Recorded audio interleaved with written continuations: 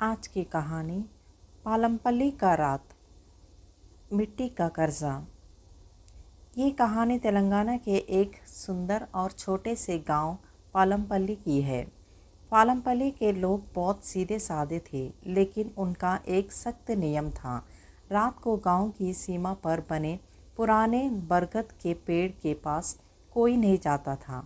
गांव वालों का मानना था कि उस पेड़ पर गांव के ही उन पूर्वजों के साये रहते हैं जो कभी चैन से नहीं मर पाए। रामुडू गांव का एक युवा किसान था। एक शाम उसे पास के शहर से लौटते ही बहुत देर हो गई थी। जब वो अपनी बैलगाड़ी लेकर गांव की सीमा पर पहुंचा तो रात के 11 बज चुके थे। चारों तरफ घना अंधेरा और सन्नाटा था। जैसे ही उसकी बैलगाड़ी उस पुराने बरगद के पेड़ के पास से गुजरी, बैल अचानक डरकर रुक गए और जोर जोर से हाँफने लगे। रामुडू ने टॉर्च जलाई और बैलों को आगे बढ़ाने की कोशिश की। तभी उसे पेड़ के ऊपर से किसी की फुसफुसाने की आवाज़ आई, रामुडू नीचे मत देखो। रामुडू का दिल तेजी से धड़कने लगा। उसने हिम्मत जुटाई और टॉर्च की रोशनी पेड़ की घनी झाड़ियों पर डाली। वहाँ का नज़ारा देखकर उसके होश उड़ गए। बरगद की लटखटी हुई जटाओं पर गांव के ही कई लोग बैठे हुए थे।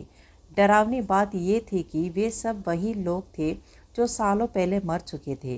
किसी का चेहरा सफ़ेद था तो किसी की आंखें पूरी तरह काली थी। वे सब हवा में उल्टे लटके हुए रामुडू को ही घूर रहे थे। तभी पेड़ के सबसे ऊपर से रामुडू के स्वर्गीय दादाजी का साया नीचे उतरा। उनका चेहरा बिल्कुल बेजान था। उन्होंने रामुडू की तरफ हाथ बढ़ाने हुए कहा, बेटा, गांव की मिट्टी का कर्जा चुकाने का समय आ गया है। ऊपर आओ, यहाँ बहुत जगह है। रामुडू डर के मारे बैलगाड़ी से कूदा और पागलों की तरह गांव की तरफ भागा। वो सीधे गांव के मुखिया के घर पहुंचा और ज़ोर ज़ोर से दरवाज़ा पीटने लगा। जब मुखिया और बाकी गांव वाले लाठियों और मशाले लेकर बाहर आए तो रामुडू ने हाँफते हुए पूरा माजरा सुनाया। मुखिया ने तुरंत अपनी जेब से लाल सिंदूर और पवित्र सूत निकाला। जब लोग मिलकर वापस सब बरगद के पेड़ की तरफ बढ़े, जैसे ही मशालों की रोशनी पेड़ पर पड़ी, वे सारे साये चीखते हुए वापस पेड़ के घने पत्तों के पीछे छिप गए।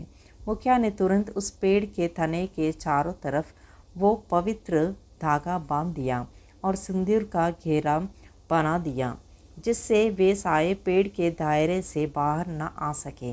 अगले दिन से पालमपल्ली के लोगों ने उस पेड़ के रास्ते को हमेशा के लिए बंद कर दिया और गांव में आने जाने का एक नया रास्ता बना लिया। अब उस बरगद के पेड़ के पास कोई नहीं फटकता। सालों बीत गए, आज भी वो पेड़ गांव की सीमा पर वैसे ही खड़ा है। गांव के लोग अब शांत हैं, लेकिन हर अमावस की रात को जब हवा बिल्कुल थम जाती तो गांव के शांत कमरों में सो रहे लोगों को अपनी खिड़कियों के बाहर किसी की चलने की धीमी आवाज़ सुनाई देती है, जैसे कोई नंगे पैर मिट्टी पर चल रहा हो और कह रहा हो, तुमने रास्ता बदल लिया, लेकिन गांव की मिट्टी तो आज भी हमारी ही है। खिड़कियों के बाहर नंगे पैरों की वो सरसराहट धीरे धीरे रामुडू के घर के मुखिया दरवाजे के पास आकर रुक गई।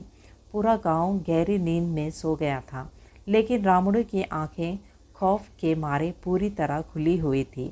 दरवाजे की दरार से कमरे के अंदर ठंडी सड़ी हुई मिट्टी की गंध आने लगी। तभी दरवाजे पर एक बहुत ही धीमी जानी पहचानी दस्तक हुई। बाहर से उसने दादाजी की वही खोखली आवाज़ आई, रामुडू दरवाज़ा खोलो बेटा, बाहर बहुत ठंड है। रामुडू ने अपने कानों पर हाथ रख लिया, लेकिन वो आवाज़ उसके दिमाग के अंदर गूंज रही थी। उसे याद आया कि मुखिया ने बरगद के पेड़ पर पवित्र धागा बांधा था, फिर ये साये पेड़ से आज़ाद कैसे हो गए। तभी खिड़की के बाहर तेज़ तूफान चलने लगा। रामुडू ने हिम्मत करके खिड़की के खांच से बाहर झांका।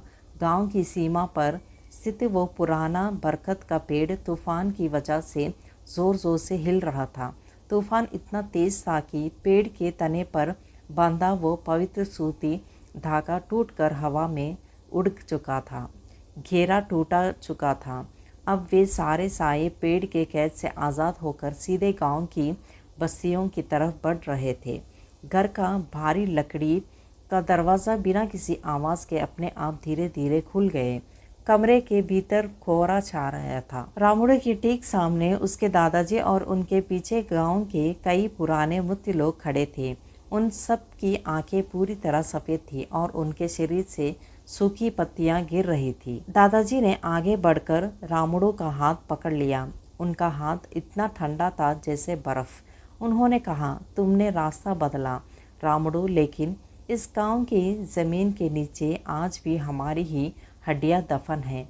चलो, अब हमारे साथ चलने का समय आ गया है। रामुडू का शरीर धीरे धीरे सुन्न होने लगा। वो चाह कर भी चिल्ला नहीं पा रहा था।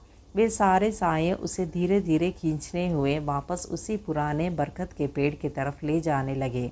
अगली सुबह जब सूरज निकला तो पालमपल्ली गांव में एक अजीब सा सन्नाटा था। जब मुखिया और गांव वाले रामुडू के घर पहुंचे तो घर का दरवाज़ा खुला हुआ था और अंदर कोई नहीं था। फर्श पर केवल बरगद की सूखी पत्तियां और गीली मिट्टी बिखरी पड़ी थी। गांव वाले भागते हुए गांव की सीमा पर स्थित उस पुराने बरगद के पेड़ के पास पहुंचे।